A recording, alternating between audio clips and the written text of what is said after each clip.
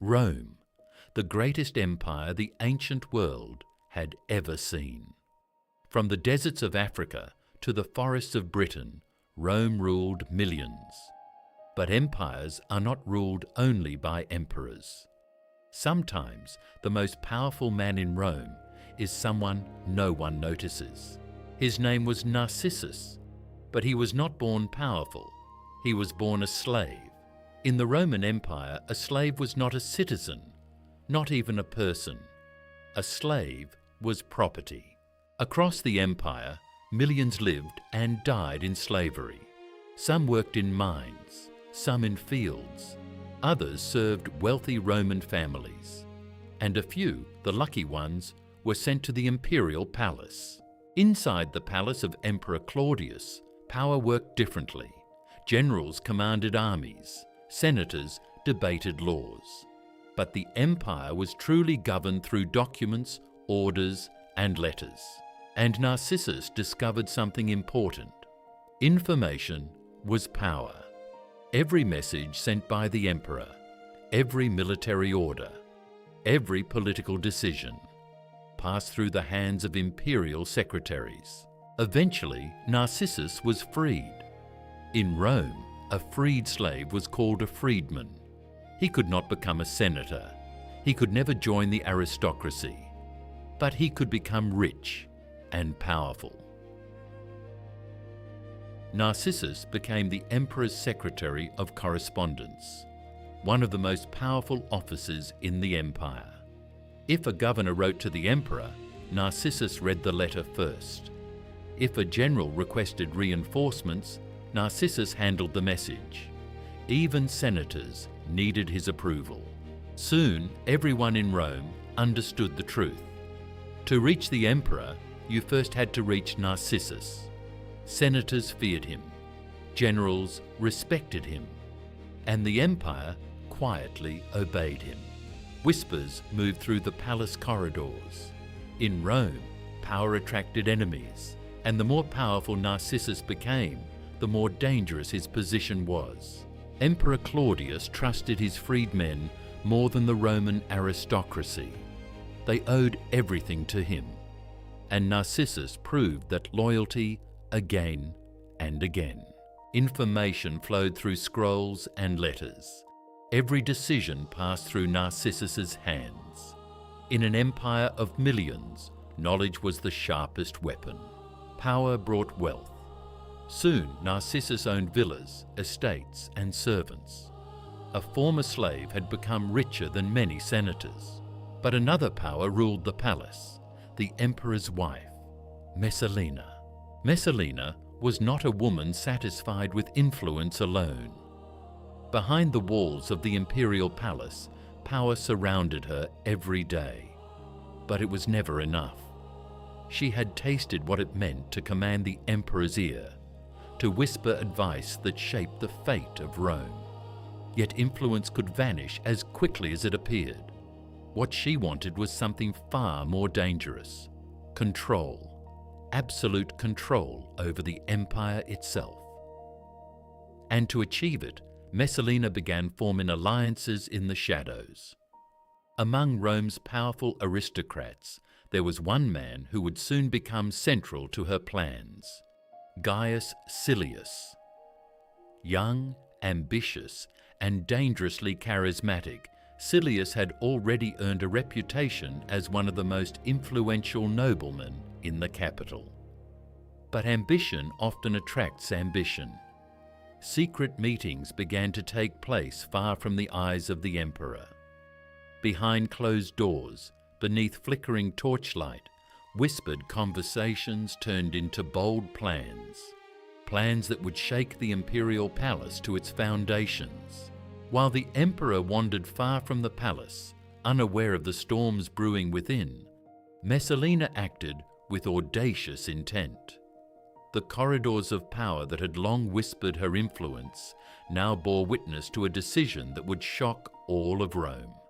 She married Gaius Silius, not in public splendor, not under the eyes of senators and the people, but in secrecy, behind heavy curtains and flickering torchlight. A union born not of love, but of ambition, a pact designed to seize power for herself. Whispers of the secret quickly began to ripple through the city. Citizens, noblemen, and palace servants alike felt the tremor of scandal. Eyes widened, mouths fell silent, and the streets buzzed with rumors of betrayal. Even the loyal palace guards stationed in distant corridors sensed something was amiss. Shadows and torchlight danced on the walls as they watched, silent, as history quietly bent to the will of a woman who would not be ignored. This clandestine marriage was more than a ceremony. It was a bold declaration of intent, a step towards a conspiracy that could shake the foundations of the imperial palace itself. Messalina had made her move, and Rome would never be the same. Rumors exploded through the city. Had the Empress started a coup? Narcissus discovered the plot, and he knew the empire stood on the edge of disaster. Narcissus did not hesitate. He burst into the grand hall where Emperor Claudius sat upon his throne, the scroll trembling in his hands. With a voice edged in alarm and conviction, he revealed everything. The secret marriage, the dangerous alliances, the plot that threatened the very heart of the empire. Claudius's eyes widened in disbelief, his face pale beneath the golden laurel. The enormity of the betrayal struck him like a hammer, and for a moment, silence hung heavy in the chamber. Palace guards, sensing the tension, moved swiftly. Armor was strapped, swords drawn, and every soldier prepared for the storm that was about to erupt within the walls of power. Narcissus had spoken, and the emperor knew the game had changed forever. The Praetorian Guard moved through the city. Messalina's time was running out.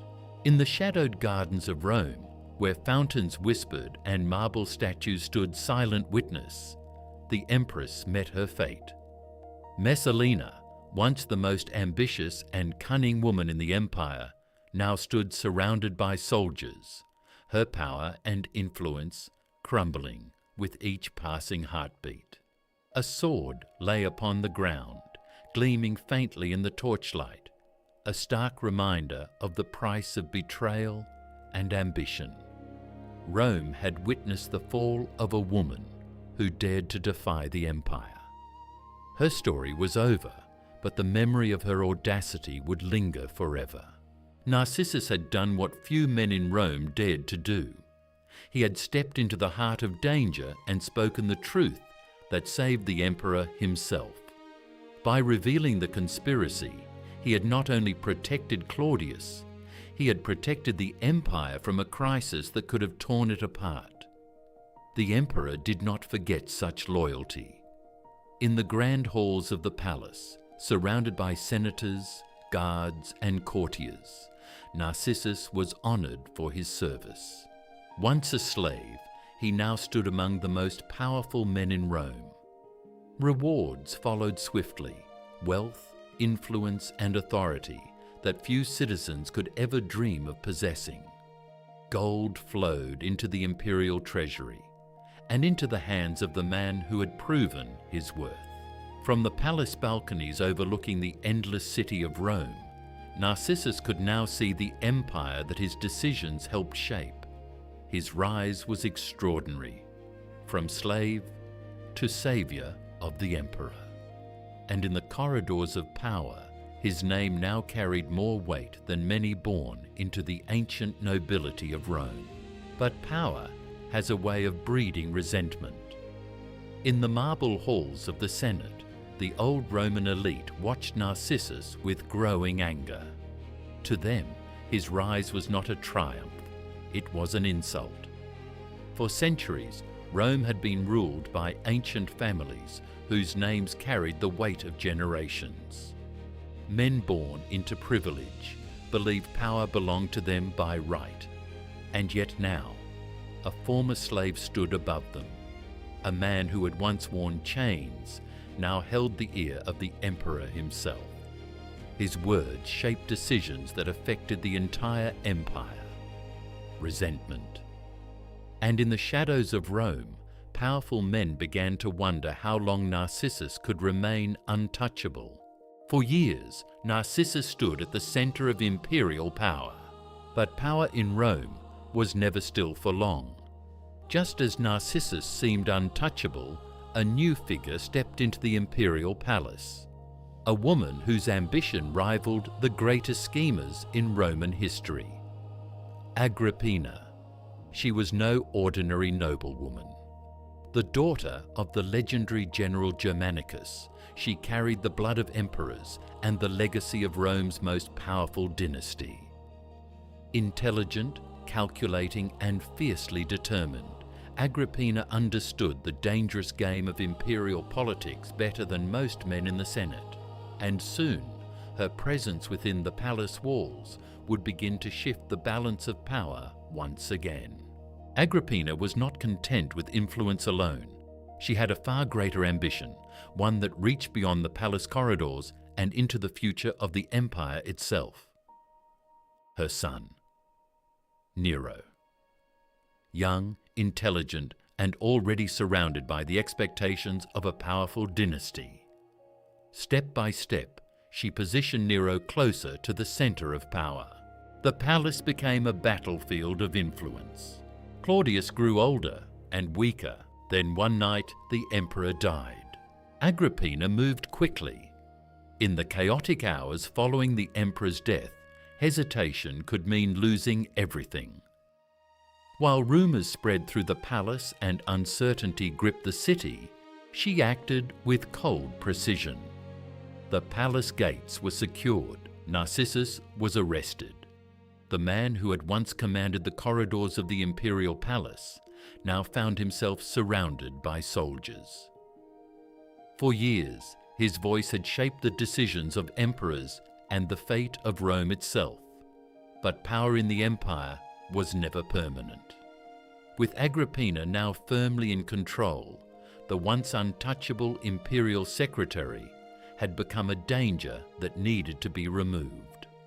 And just like that, the man who had ruled Rome from the shadows was taken away in chains.